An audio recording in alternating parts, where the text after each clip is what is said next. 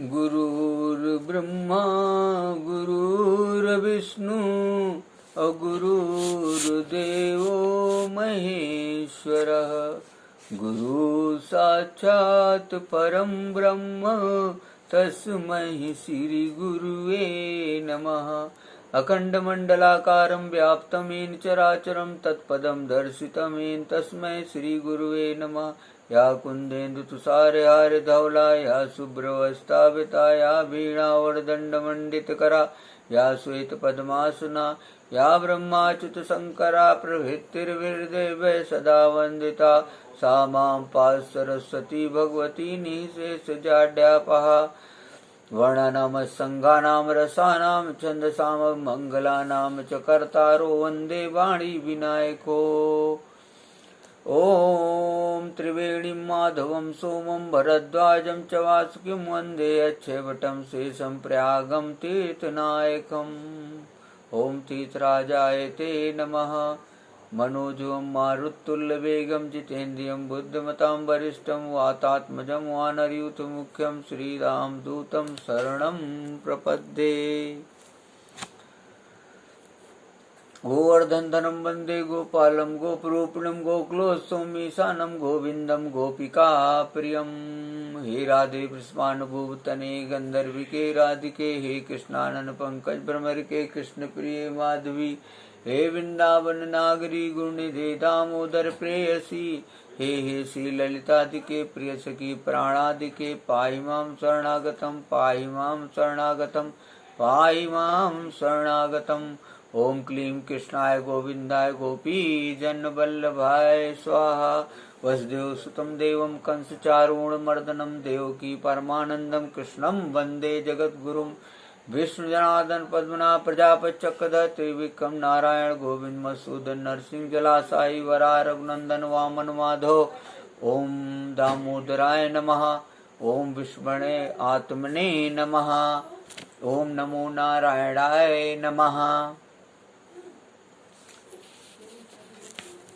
ओम राम रामेति रामेति रमे रामे मनोरमे सहस्रनाम तत्तुल्यं राम नाम वरानने। सोहम राम सोहम सोहम राम सोहम सोहम राम सोहम। श्री कृष्णाय वयम नमः। श्री कृष्णा शरणम मम। ओम राधा कृष्णाभ्याम नमः। ओम श्री राधाय स्वाहा।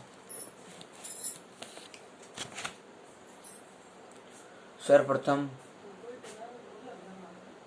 प्रातः स्मरणीय परम पूजनीय हमारे दीक्षा गुरु ब्रह्मलीन परमहंस अत्रि मुनि महाराज जी के चरणों में कोटि कोटि नमन है।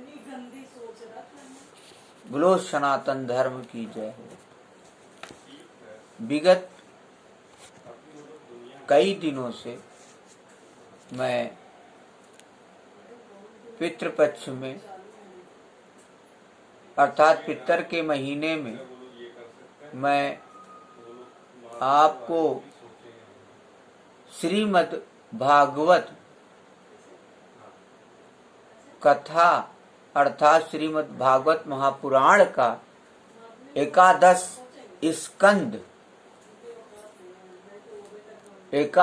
स्कंद सुनाने का प्रयास आप लोगों को कर रहा हूं।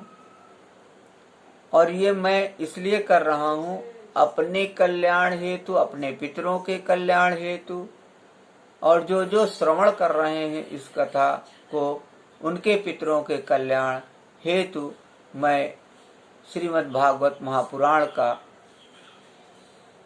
11 स्कंद अर्थात जिसे ज्ञान सिंधु स्कंद भी कहते हैं, ज्ञान योग स्कंद भी कहते हैं, उसको सुनाने का प्रयास आप लोगों को कर रहा हूं। पावन सबका प्राण हो, विश्व का कल्याण हो। मैं आप लोगों को कल की कथा में ये बता रहा था कि विदेह राज निमि जी ने योगीश्वरों से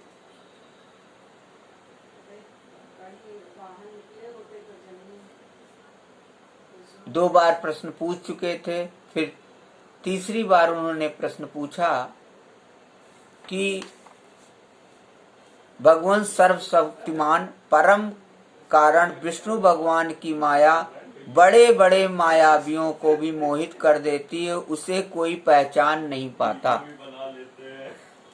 अतः अब मैं उस माया का स्वरूप जानना चाहता हूँ, आप लोग कृपा करके बताइए। योगीश्वरों, मैं एक मृत्यु का शिकार मनुष्य हूँ। संसार के तरह तरह के तापों ने मुझे बहुत दिनों से तपा रखा है। आप लोग जो भगवत कथा रूप अमृत का पान करा रहे हैं, वह उन तापों को मिटाने की एकमात्र औषधि है। इसलिए मैं आप लोगों की इस वाणी का सेवन करते करते तृप्त नहीं होता। आप कृपया और कहिए। जब ये प्रश्न विदेहराज निमि ने योगीश्वरों से किया तो 9 योगीश्वरों में से जो तीसरे योगीश्वर थे अंतरिक्ष जी, उन्होंने विदेहराज निमि के प्रश्न का उत्तर दिया है। और योगीश्वर अंतरिक्ष जी बोले, राजन,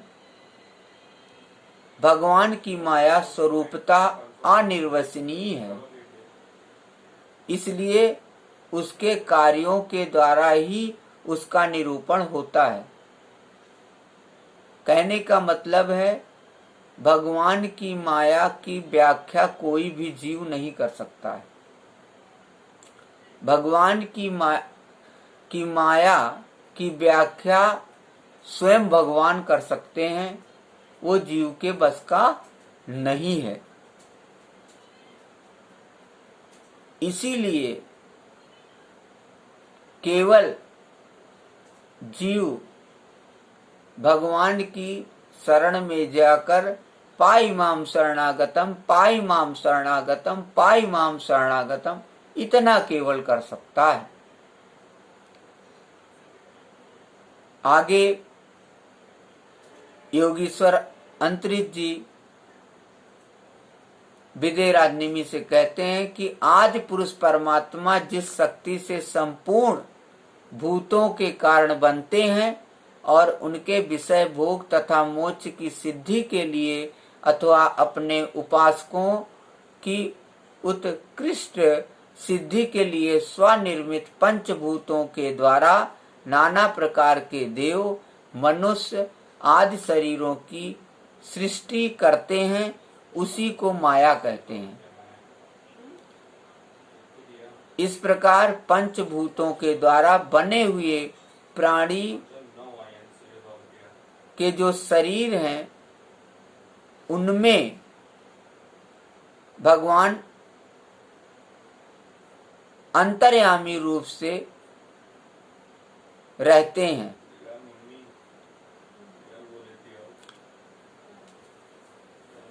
और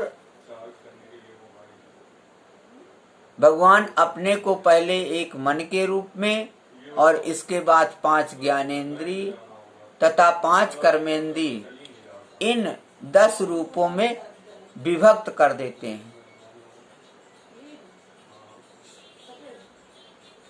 और उन्हीं के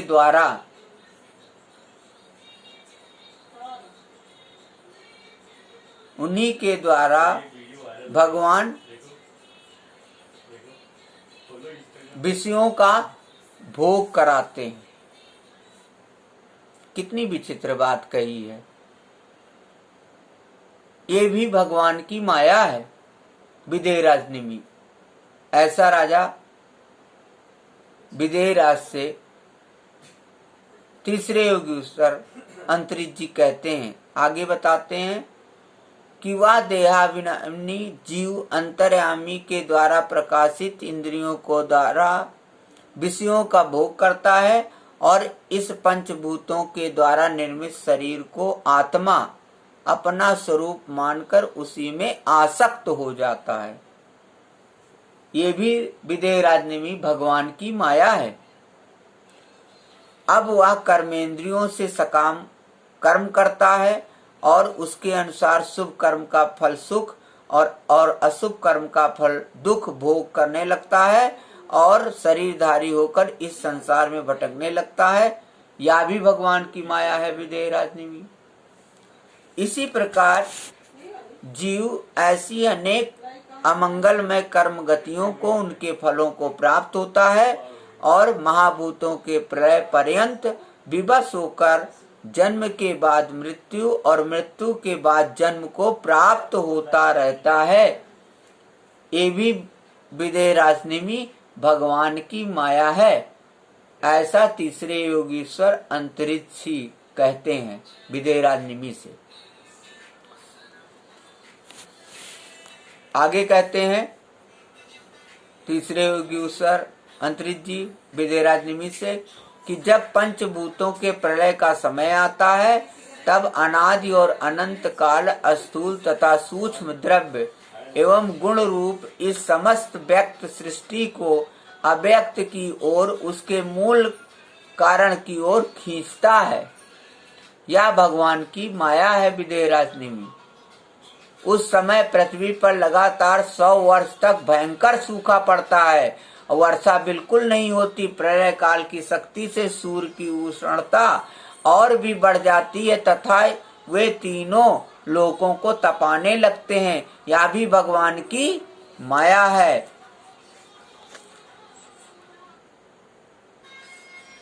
आगे जो है विदेहराज निमि से तीसरे योगीश्वर अंतरिक्ष कहते हैं कि यह सृष्टि स्थित संहार करने वाली त्रिगुणमयी माया, इस सृष्टि स्थित संहार करने वाली जो प्रकृति की त्रिगुणमयी माया है, ये भगवान की ही माया है कि प्रकृति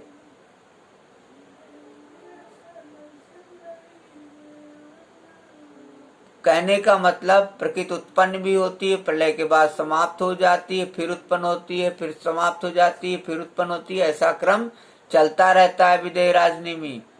ये भी भगवान की माया है। फिर आगे राजा निमि ने पूछा महर्षि जी, इस भगवान की माया को पार करना उन लोगों के लिए तो बहुत ही कठिन है जो अपने मन को बस में नहीं कर पाए हैं।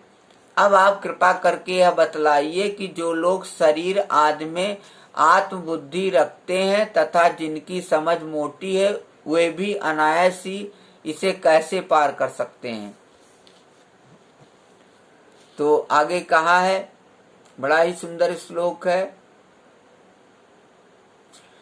कि सा माया भगवता सर्ग स्थित अंत कारिणी अति त्रिवर्णा वर्णितास्माभि किम भूया श्रोतिमिच्छसि। या सृष्टि स्थित और संहार करने वाली त्रिगुणमयी माया जो हर प्रलय के बाद फिर त्रिगुणमयी माया, सृष्टि स्थिति संहार, ये सब क्रियाएं होती रहती हैं और सृष्टि बनती है, सृष्टि का पालन होता है, फिर संहार होता है, फिर प्रलय हो जाता है, फिर सृष्टि का निर्माण होता है, फिर पालन होता है, फिर संहार हो जाता है। तो ये क्रम चलता रहता है। तो आगे राजा निमि ने पूछा कि महर्षि जी, इस भगवान की माया को पार करना उन लोगों के लिए तो बहुत ही कठिन है जो अपने मन को बस में नहीं कर पाए हैं। अब कृपा करके बताइए कि जो लोग शरीर आदि में आत्मबुद्धि रखते हैं तथा जिनकी समझ मोटी है, वे भी अनायासी इसे कैसे पार कर सकते हैं। अब चौथे योगीश्वर प्रबुद्ध जी बोले, राजन, स्त्री पुरुष संबंध आदि बंधनों में बंधे हुए संसारी मनुष्य सुख की प्राप्ति और दुख की निवृत्ति के लिए बड़े बड़े कर्म करते हैं। जो पुरुष माया के पार जाना चाहता है उसको विचार करना चाहिए कि उनके कर्मों का फल किस प्रकार विपरीत होता जाता है। वे सुख के बादल दुख पाते हैं और दुख निवृत्ति के स्थान पर दिनों दिन दुख बढ़ता ही जाता है। एक धन को ही लो, इससे दिन पर दिन दुख बढ़ता ही है, इसको पाना भी कठिन है, और यदि किसी प्रकार मिल भी जाए तो आत्मा के लिए तो यह मृत्यु स्वरूप ही है। जो इसकी उलझनों में पड़ जाता है वह अपने आप को भूल जाता है। इस प्रकार घर, पुत्र, स्वजन, संबंधी, पशुधन आदि भी अनित्य और नाशवान ही है। यदि कोई इन्हें जुटा भी ले तो इनसे क्या सुख शांति मिल सकती है। इसी प्रकार जो मनुष्य माया से पार जाना चाहता है उसे यह भी समझ लेना चाहिए कि मरने के बाद प्राप्त होने वाले लोक परलोक भी नाशवान हैं, क्योंकि इस लोक की वस्तुओं के समान वे भी कुछ सीमित कर्मों के सीमित फल मात्र हैं। इसलिए जो परम कल्याण का जिज्ञासु हो उसे गुरुदेव की शरण लेनी चाहिए, और गुरुदेव ऐसे हों जो शब्द ब्रह्म वेदों के पारदर्शी विद्वान हों। आगे योगीश्वर प्रबुद्ध जी विदेरानिमी से कहते हैं कि जिज्ञासु को चाहिए कि गुरु को ही अपना परम प्रियतम आत्मा और इष्ट देव माने। तत्र भागवतान धर्मान शिक्षेद गुरु आत्म दैवता आमायानुवृत्तया ऐस्तो स्वेदात्मतात्म दो हरि। फिर आगे जो है योगीश्वर प्रबुद्ध जी कहते हैं विदेरानिमी से कि पहले शरीर, संतान आदि में मन की अनासक्ति सीखे और फिर भगवान के भक्तों से प्रेम कैसा करना चाहिए यह सीखे। इसके पश्चात प्राणियों के प्रति यथा योग दया, मैत्री और विनय की निष्कपट भाव से शिक्षा ग्रहण करे। आगे कहते हैं प्रबुद्ध जी विदेरानिमी से कि सर्वत्र अर्थात समस्त देश, काल और वस्तुओं में चेतन रूप से आत्मा और नियंता रूप से ईश्वर को देखना, एकांत सेवन यही मेरा घर है ऐसा भाव न रखना। गृहस्थ हो तो पवित्र वस्त्र पहनना और त्यागी हो तो फटे पुराने पवित्र चिथड़े, जो कुछ प्रारब्ध के अनुसार मिल जाए उसी में संतोष करना सीखे। भगवान की प्राप्ति का मार्ग बतलाने वाले शास्त्रों में श्रद्धा और दूसरे किसी भी शास्त्र की निंदा न करना, प्राणायाम के द्वारा मन का, मौन के द्वारा वाणी का और वासनाहीनता के अभ्यास से कर्मों का संयम करना, सत्य बोलना, इंद्रियों को अपने अपने गोलकों में स्थिर रखना और मन को कहीं बाहर न जाने देना सीखे। श्रद्धाम भागवते शास्त्रे निंदा मन अत्र चापि मनो वाक् कर्म दंडम चा सत्यम समदमावपि। कितना सुंदर श्लोक कहा। आगे बोलते हैं श्रवण कीर्तनम ध्यानम हृदय भूत कर्मणा अजन्म कर्म गुणानाम चा तदर्थे खिल चेष्टितम।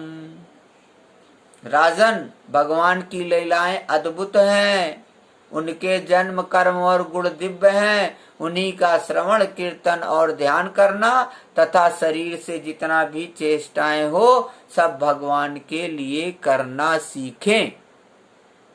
यज्ञ, दान, तप अथवा जप, सदाचार का पालन और स्त्री, पुत्र, घर, अपना जीवन, प्राण तथा जो कुछ अपने को प्रिय लगता हो सबका सब भगवान के चरणों में निवेदन करना, उन्हें सौंप देना सीखें। बोलो भक्त और भगवान की जय। फिर आगे कहते हैं, जिन संत पुरुषों ने सच्चिदानंद रूप स्वरूप भगवान श्री कृष्ण का अपने आत्मा और स्वामी के रूप में साक्षात्कार कर लिया हो, उनसे प्रेम और अस्थावर जंगम दोनों प्रकार के प्राणियों की सेवा विशेष करके मनुष्यों में भी परोपकारी सज्जनों की और उनमें भी भगवत प्रेमी संतों की करना सीखे। बोलो भक्त और भगवान की जय। तो यहाँ पे समर्पण की बात आई है, तो कायिक वाचिक मानसिक आइए कीर्तन के माध्यम से समर्पण करते हैं। भगवान पूर्ण ब्रह्म श्री कृष्ण के चरणों में एक कीर्तन समर्पित है, बड़ा ही सुंदर। गिरधर गोपाल कृपा कर दो, गिरधर गोपाल कृपा कर दो, मेरे पाप ताप मिट जाए प्रभु, गिरधर गोपाल कृपा कर दो, मेरे पाप ताप मिट जाए प्रभु, कर कमल नाथ मेरे सिर धर दो, गिरधर गोपाल कृपा कर दो, नित ध्यान रहे चरणों में तेरे, मेरी निष्ठा नाथ अमर कर दो, गिरधर गोपाल कृपा कर दो, मेरे पाप ताप मिट जाए प्रभु, सब जग को प्रेम करूं प्रभुवर, मुझ में ऐसी भक्ति भर दो, गिरधर गोपाल कृपा कर दो, मेरे पाप ताप मिट जाए प्रभु, कण कण में माधव रूप लखूं, कण कण में माधव रूप लखूं, ऐसी मेरी दृष्टि कर दो, गिरधर गोपाल कृपा कर दो, गिरधर गोपाल कृपा कर दो, गिरधर गोपाल कृपा कर दो। यहीं पे कथा को विश्राम करते हैं। हरि ओम तत्सत, हरि ओम तत्सत, हरि ओम तत्सत।